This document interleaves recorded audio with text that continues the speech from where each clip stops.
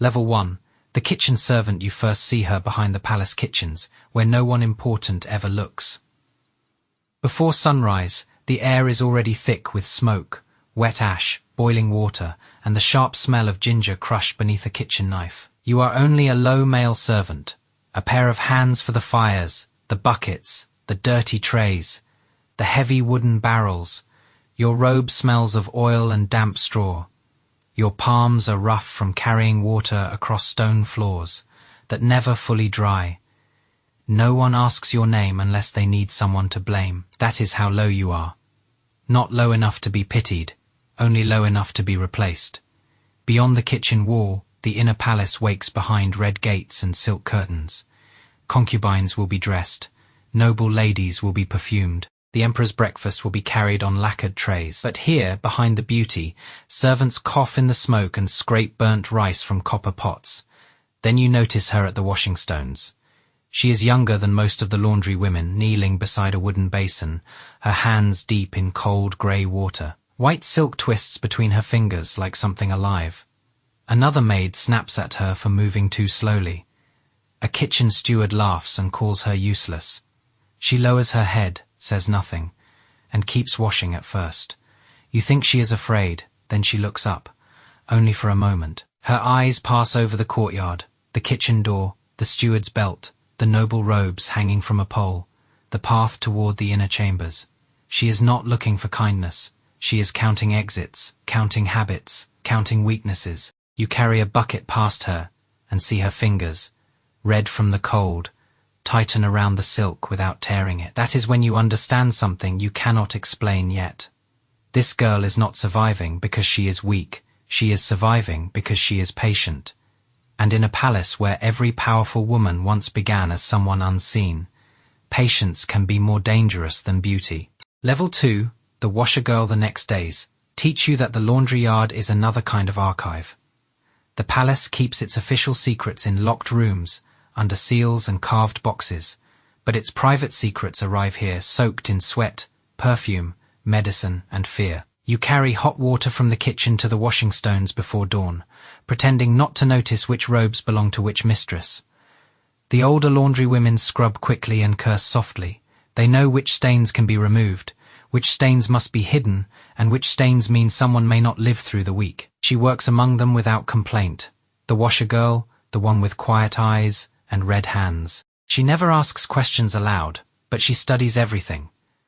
Lipstick on a sleeve, torn embroidery near a collar, a trace of bitter medicine soaked into pale silk. You begin leaving her the warmer water when no one is watching. She never thanks you. Gratitude is dangerous here. It creates a debt, and debt creates a trail. One morning, a robe from a low-ranking concubine arrives folded too neatly. The fabric is ivory, almost plain, but the inner cuff carries a faint yellow mark. The other women ignore it. She does not. She lifts the cloth to the steam, breathes once, and her face becomes still. "Do not wash this yet," she says. Her voice is low enough that only you hear. "Why?" you ask. She looks toward the inner gate, where a senior maid is arguing with a kitchen steward. "Because someone wants the stain gone before anyone asks why she fell ill." Your fingers tighten around the bucket handle. In the palace, sickness is never just sickness when it touches a woman near the emperor. By evening, the concubine servants come asking whether the robe has been cleaned. The washer girl bows, offers a harmless excuse, and hides the stained cuff beneath a pile of old linen. That night, she gives you the smallest piece of thread from the cuff and tells you to place it near the medicine room door before sunrise. "Why me?" you ask. For the first time she almost smiles, because no one remembers your face either. That is when you realize the two of you are not invisible in the same way anymore. You are becoming useful to each other. And in the lower palace, usefulness is the first step toward danger.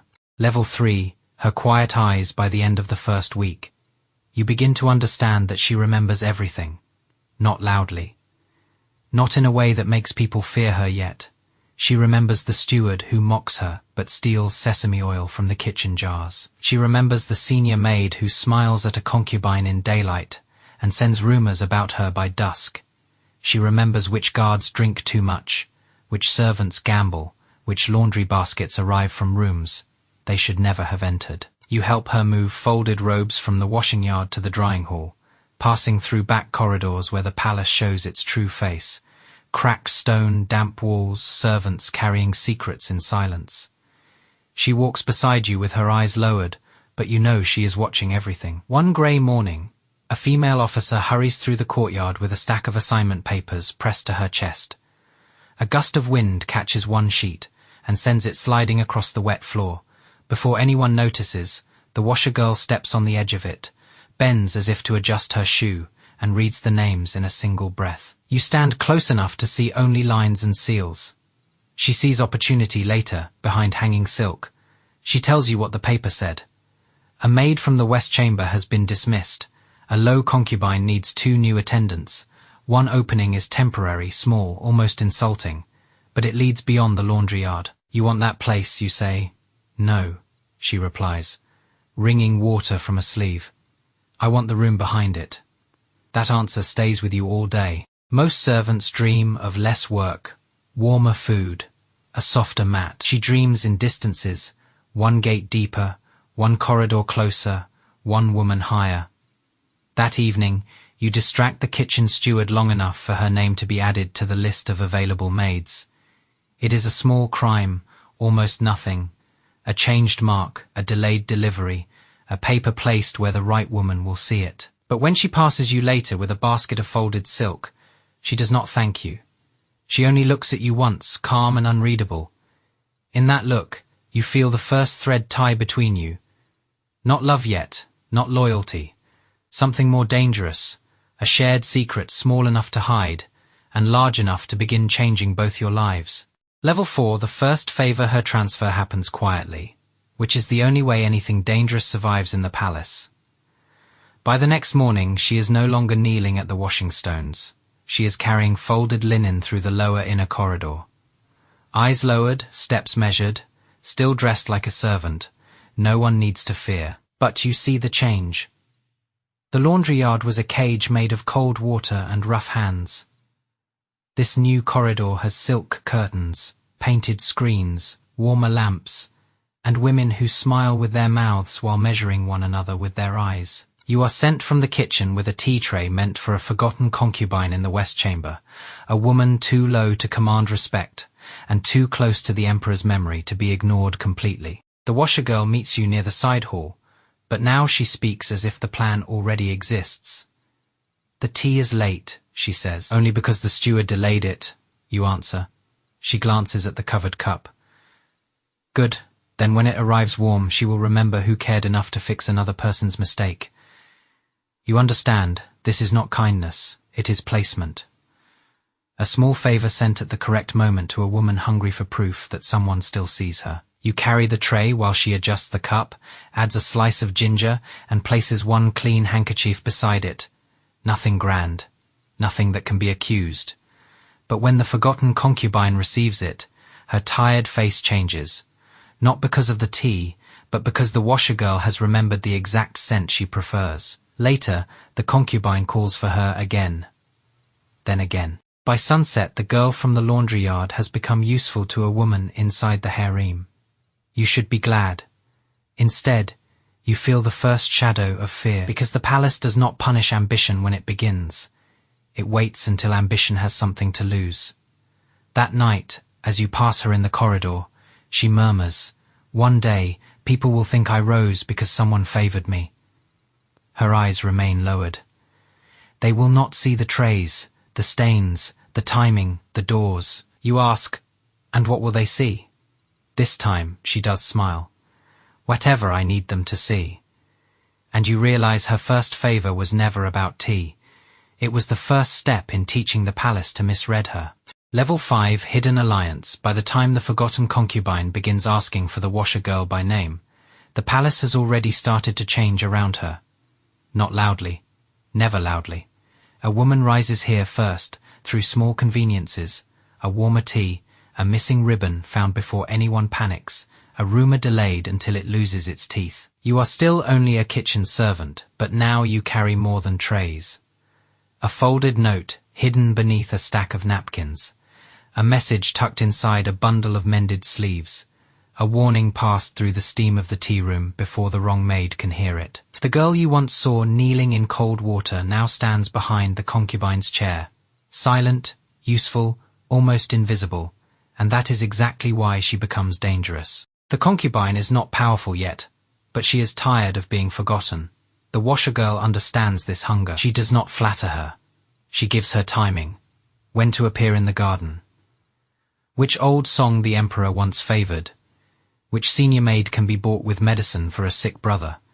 Which insult should be swallowed today so it can be returned later as evidence? You watch her build an alliance out of things nobody respects: laundry, tea, memory, and silence. One night, she meets you behind the storage room where dried herbs hang from the beams and the air smells of dust, mint, and old wood. People think power begins when someone bows to you, she says. It begins earlier. It begins when someone stronger realizes they need you. You want to ask what she needs from you. Instead, she hands you a folded strip of silk. Take this to the West sewing room. Give it only to the woman with the burned hand. You know enough now to be afraid. If they catch me, she looks at you. And for the first time, there is something almost gentle beneath her calm. Then say, I used you. The answer should comfort you. It does not, because you realize she is already willing to become cruel in the stories people tell, if cruelty keeps the path open. You take the silk anyway. That is the true beginning of your loyalty. Not when you believe she is innocent, but when you understand she is not, and still choose to walk deeper beside her. Level 6 Rising Consort. When the concubine is summoned to the Emperor's garden pavilion, for the first time in months, the palace pretends it is an accident. A poem chosen at the right hour, a robe scented with the right oil, a forgotten song played softly enough to feel like memory instead of performance. No one sees the washergirl behind it all, standing in the dressing room with pins between her fingers and silence on her face. You are sent there with hot water and a covered tray, but you stop at the doorway because the room no longer feels like a servant's space. Bronze mirrors catch candlelight. Powder boxes sit open. Hair ornaments gleam like small weapons. The concubine trembles as 3 maids dress her, but the washergirl is calm. She adjusts one sleeve, lowers one hairpin, removes one jewel that looks too desperate. Do not look like you are begging to be remembered, she says. Look as if you expected him to remember. The concubine obeys. That is when you understand the shift. The woman who once cleaned silk now teaches another woman how to become visible. After the emperor's visit, the west chamber changes, more fruit arrives, better incense, softer cushions, smiling servants who once ignored the door. But attention brings teeth. By the next morning, a senior concubine sends a gift, a hair comb carved from white jade. Everyone praises it. The washergirl studies it under the lamp, then wraps it away without using it. Too generous, she says. Too early. Later she tells you to carry it to the medicine room and ask no questions. You do, as she says. By dusk, a rumor spreads that the comb's scent made a junior maid faint. No accusation is made. No name is spoken. But the sender stops smiling for 3 days. You should be frightened by how quickly the washergirl learns this world. Instead, you are frightened by how natural it looks on her. That night, she stands beside the window, dressed now as a close attendant, cleaner, warmer, harder to dismiss. You are changing, you say. She does not deny it. No, she answers, I am becoming expensive to lose. Outside, the palace lanterns glow red along the corridor, and you realize that every step she climbs pulls you farther from the boy who only carried water, and closer to a woman the palace may one day kneel before. Level 7, her cold smile the first time. Another servant lowers her voice when your washergirl enters. You almost do not recognize the feeling. It is not respect yet. Respect has warmth. This is caution, the kind people show to a candle placed too close to silk. She now serves near the rising concubine every day, dressed in cleaner robes, hair pinned neatly, hands no longer raw from freezing water. But you still remember those hands red around wet silk, and that memory makes every new version of her harder to understand. She no longer rushes. She waits. She lets others speak first. She smiles when insulted, then remembers the insult with perfect patience. In the medicine room, under the smell of dried roots and bitter herbs, She shows you a list of names written on the back of an old prescription. These women spread the rumor about the jade comb, she says.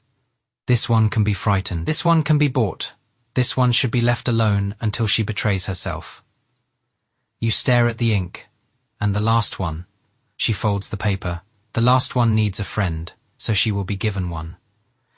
That is when you realize how far she has come. She does not only react to danger now, she arranges the room so danger walks where she wants it to. A week later, a maid who once mocked her is accused of stealing perfume from a senior concubine. No one mentions the washer girl. No one can prove anything. But you saw the small box moved from one shelf to another. You saw the glance she gave the wrong witness at the right time. When you confront her in the rain, dark corridor, she listens without anger. She would have destroyed us if she could, she says. She laughed at you. Many people laugh. Not all of them become useful examples. Her voice is calm, almost gentle, and that is what frightens you. You ask whether power is worth becoming this cold. For a moment her face changes, and behind the careful smile, you see the girl from the laundry yard again, tired, hungry, still wet from the basin. If I must become cruel to survive, she whispers, will you still remember who I was before? You want to say yes, but the palace has taught you that promises are easier when no one has tested them. She walks away before you answer, and for the first time you understand that loving her may mean watching her become someone who no longer needs to be saved. Level 8 price of love by now. The palace has begun to understand that she listens to you, not always, not openly, never in a way that can be named, but servants notice patterns before nobles do. A maid sees her pause when your footsteps pass outside the door. A guard notices that messages carried by you are answered faster. A jealous attendant remembers that you knew her when she was still washing silk behind the kitchens. In the palace, affection does not need to be confessed to become evidence. It only needs to be observed. She receives her own small chamber beside the rising concubine's rooms, with red curtains, a bronze mirror, and a lamp that burns through the night. The first time you enter, you see how far she has climbed. The second time, you see how alone she has become. She stands near the window, wearing a robe finer than anything she once washed, but her eyes are tired in the polished metal reflection. They are watching us, she says. You already know, the whispers have changed shape around you. Some say you are her servant, some say you are her weakness. Some say she keeps you close because you know what she used to be. At first, she tries to protect you by using distance. In public, she speaks to you coldly. She corrects you for small mistakes. She lets another servant carry her tray instead of you. Each gesture cuts deeper because you understand its purpose. She is not pushing you away because she feels nothing. She is pushing you away because the palace kills women through the men they care about. One night, in the garden where lantern light trembles over the pond, you ask if she regrets bringing you this far. She looks at the water for a long time. I regret that you can still be used against me. It is not the answer you wanted, but it is the truest one she can give. Then she removes a small thread bracelet from her sleeve, the same faded color as the laundry cloths from the first day, and places it in your palm. Keep this hidden, she says. If anyone sees it, burn it.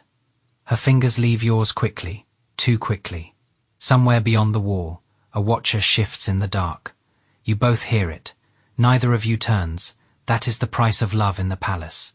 You learn to let go before anyone can prove you are holding on. Level 9. Empress's Shadow. The fall of the old Empress begins with silence. No shouted accusation, no public scandal, no blood on the marble steps. Only a missing seal, a delayed medicine record, and 3 noblewomen who suddenly refuse to repeat the story they have told for years. The rising concubine, the woman your washer girl once helped from the edge of being forgotten, is now close enough to power that every smile around her has become a weapon. But behind her, quieter and sharper, stands the girl from the laundry yard. She is no longer called that, of course. Servants now lower their heads and call her lady attendant. Some even whisper that she understands the emperor's moods better than his favored women do. You know the truth is more dangerous. She understands fear. She knows who hides it, who sells it, and who mistakes it for loyalty. On the night before the new imperial appointment is announced, she sends for you to the corridor outside the old Empress's chamber. The air smells of heavy incense and dying candles. Behind the carved doors, powerful women argue in voices, too controlled to be called anger. She hands you a folded record. If this reaches the Queen Mother before dawn, the old Empress loses the last woman protecting her. You look at the seal and feel the weight of every step that brought you here. The kitchen smoke, the cold water, the stained cuff, the first tea tray, the thread bracelet hidden under your robe. And if I refuse? You ask. She looks at you with a face the whole palace has learned to fear. Then you may still leave alive. That is when the old Empress's messenger appears from the shadows. She offers you freedom outside the palace, silver enough to disappear, and a written pardon with your name already prepared. All you have to do is hand over the record and become the knife that cuts your washer girl down before she reaches the throne. For one breath, the choice is almost beautiful. You could live, you could stop watching her turn colder, you could remember her as she was, before power taught her how to smile without mercy. But then you look at her. She does not beg. She does not remind you of love. She only waits because she already knows loyalty means nothing until it has a price. You take the record and walk toward the Queen Mother's hall. Behind you, the woman you love begins her final climb. Ahead of you, the palace prepares to erase anyone who knows how she reached the top. Level 10, the man erased the day she becomes Empress. The palace smells of sandalwood, candle smoke, and fresh paint laid over old blood. Before sunrise, servants polish the stone steps until they reflect the red banners above them. Musicians tune their instruments behind carved screens. Noblewomen arrive in layered silk, smiling as if they have not spent the last month choosing which side of history to stand on. You stand among the lower attendants near the edge of the hall, dressed plainly, hands folded, the thread bracelet hidden beneath your sleeve.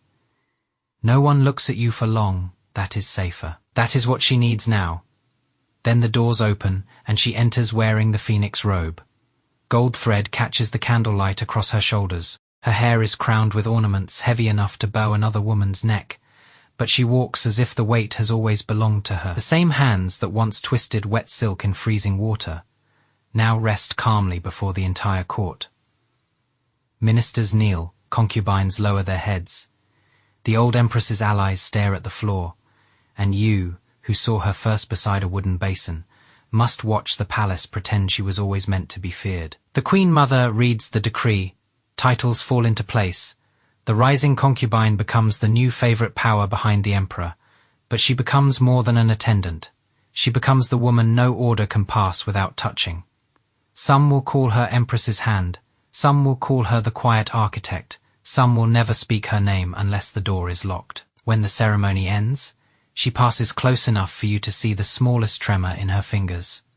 Only you would notice. Only you remember the cold water. For one dangerous second, her eyes meet yours. There is no smile, no softness, no public mercy. She looks at you as if you are a servant she barely knows, and the court believes her. That is how she saves you.